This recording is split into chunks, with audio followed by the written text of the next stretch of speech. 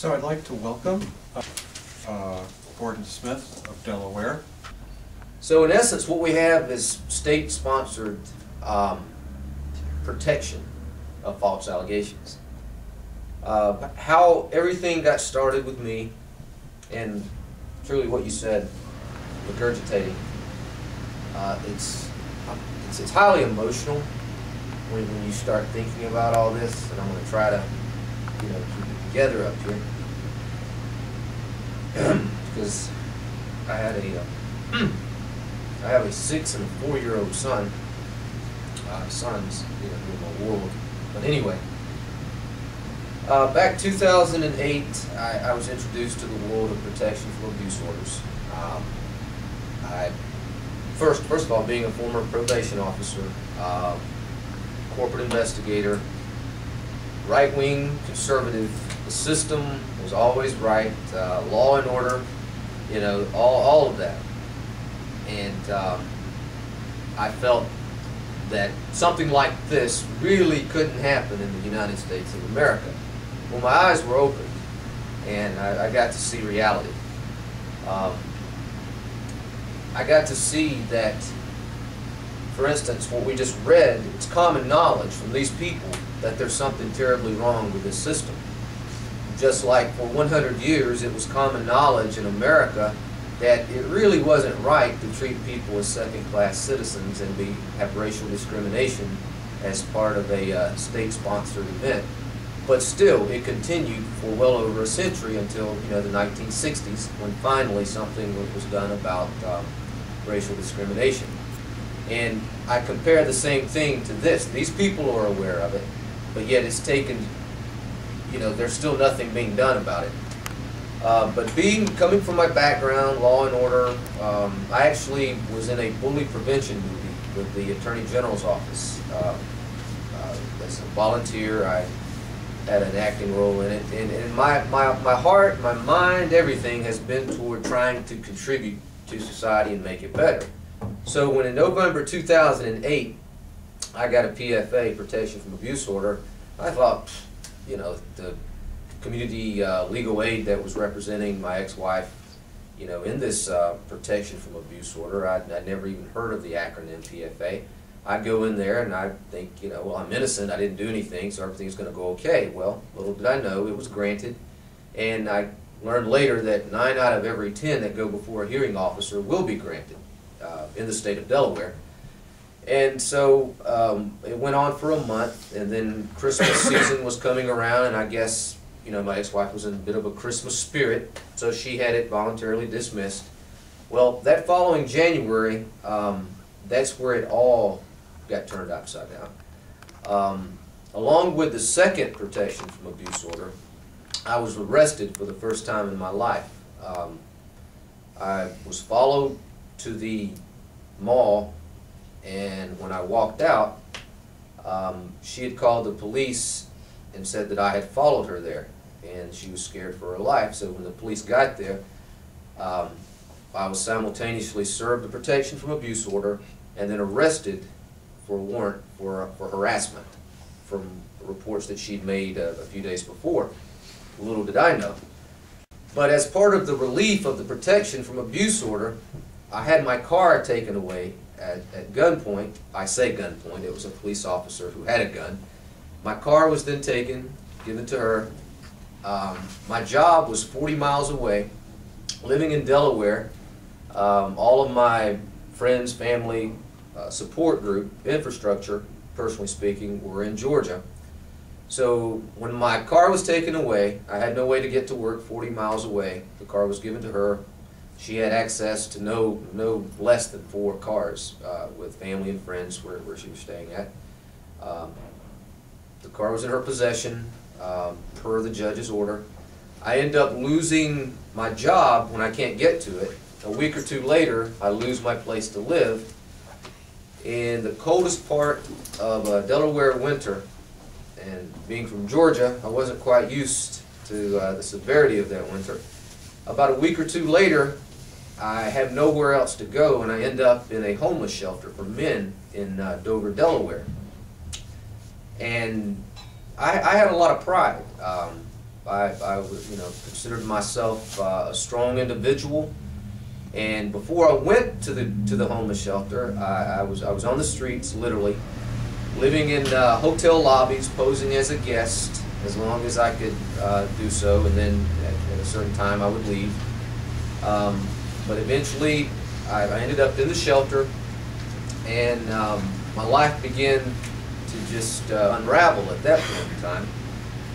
So with that, the second PFA, the first warrant, a year later, I would become an activist. I would turn this into more of a cathartic thing. I would seek to bring justice to the injustice that I had received at the hands of the state. So I began to demonstrate. I wrote letters to the editor. There was a Family Law Commission meeting on January the 14th, 2010. I demonstrated in front of family court. We need reform, family law. Stood out there, spoke at the Family Law Commission meeting that night to these individuals, told them, you know, there's something wrong and we need to have justice brought to the family law system in Delaware. The next day, due to the false allegations, I try to protect myself, so I go to file for a protection from abuse order in hopes of protecting myself from false allegations. Of course, they were laughing about that. My ex-wife is contacted by a person in family court and notified that I had been there to petition for a protection from abuse order. In other words, he just did this, you better get up here, and kind of offset the issue. So she did. Little did I know, the next day, again, I would be falsely entered into Delgis as having violated a PFA that I had not yet been served. I was arrested. I was taken to Vaughn Correctional Center, which in Delaware they don't have county jails. They have your basic MSNBC lockup type environments. I was taken there, stayed in a isolation cell about the size of a broom closet with another individual. Had no clue why I was there, and then finally they realized, whoops, they got ahead of themselves. They were a little bit too giddy to get Mr. Smith incarcerated. I hadn't been served the PFA. I was arrested for violating it, and so I was released. But still, I had to pay the bond, and it was reimbursed. And realizing the error of their way, they quickly expunged it. They basically knew that they were now subject for a lawsuit at that point because of their overzealousness, I guess you might say, in not prosecuting, but persecuting. So after spending that time in prison, for me, it may as well have been 20 years. I mean, I'm from, you know, middle class, right-wing conservative, and to have ended up in that situation, I felt like I was in Pyongyang or somewhere, you know, a police state. And so that was the third warrant. That was the arrest. And then when I got out a week later, I was served the PFA that they got ahead of themselves on that had me arrested. And so when we went to go to court for that one at family court, my ex-wife said that I had called her that morning. Little did she know that I was in the lobby of family court under complete camera surveillance. So when she told the police officer there that I had called her that morning, I was sitting right there at the time stated under camera, but that didn't stop him from arresting me. I was arrested then, sat in a lobby in handcuffs for about 2 hours as he was waiting to get a warrant. He had not even gotten a warrant prior to arresting me.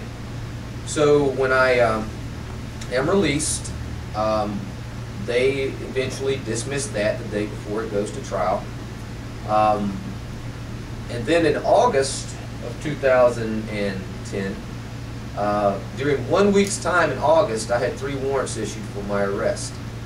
And there was one instance where I actually had irrefutable physical evidence showing that a false police report had been filed.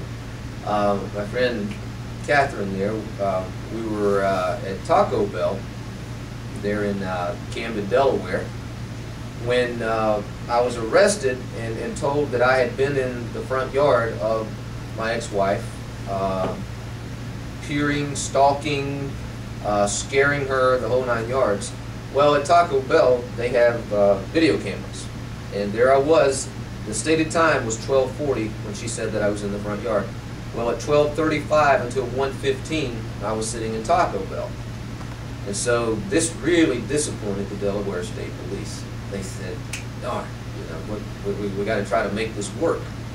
He's on camera, clearly something's wrong here. But it wasn't the fact that she made a false police report, it was that she made a mistake on the time. So they gave her an opportunity to change the time. They gave her a good 6-hour window. Still, long story short, well, the last time, my last arrest, I was at Walgreens looking through the newspapers, and I happened to look up, and there's my ex-wife and her boyfriend. When I see that, I almost have a cardiac arrest, because I realize the implications of living in Pyongyang. There's going to be some trouble here. Sure enough, the next day there is a warrant for my arrest for stalking, felony stalking. But just to let you know, all of this is now behind me. Each one of these, up to the very last day before I went to trial, they dropped charges, dismissed. Instead of investigating to see that these were clearly frivolous, unfounded accusations that I ever did anything vaguely related to abuse or violence, the allegation was the investigation, and that was it. There was no investigation, and there never is. And I think there's one thing that I would like to see done, and that is that these allegations be treated as, domestic violence be treated as any other crime. If it's car theft, if it's assault on a stranger, hold the same standard. In other words, even with this protection from abuse order, all that's required, they say preponderance 51%, no, an allegation, it's all that's needed, and then there is a protection from abuse order granted. Now, when that happens, the only requirement for you to then be arrested for violating that PFA is to have the PFA. That's probable cause. A person, and I'd like to say I'm exaggerating, but they could say that my ex just flew over the house on a unicorn, throwing pixie dust all over the place. The question would not be, can we get you some mental help, miss? It will be, what color was the unicorn? That would be basically it in concept.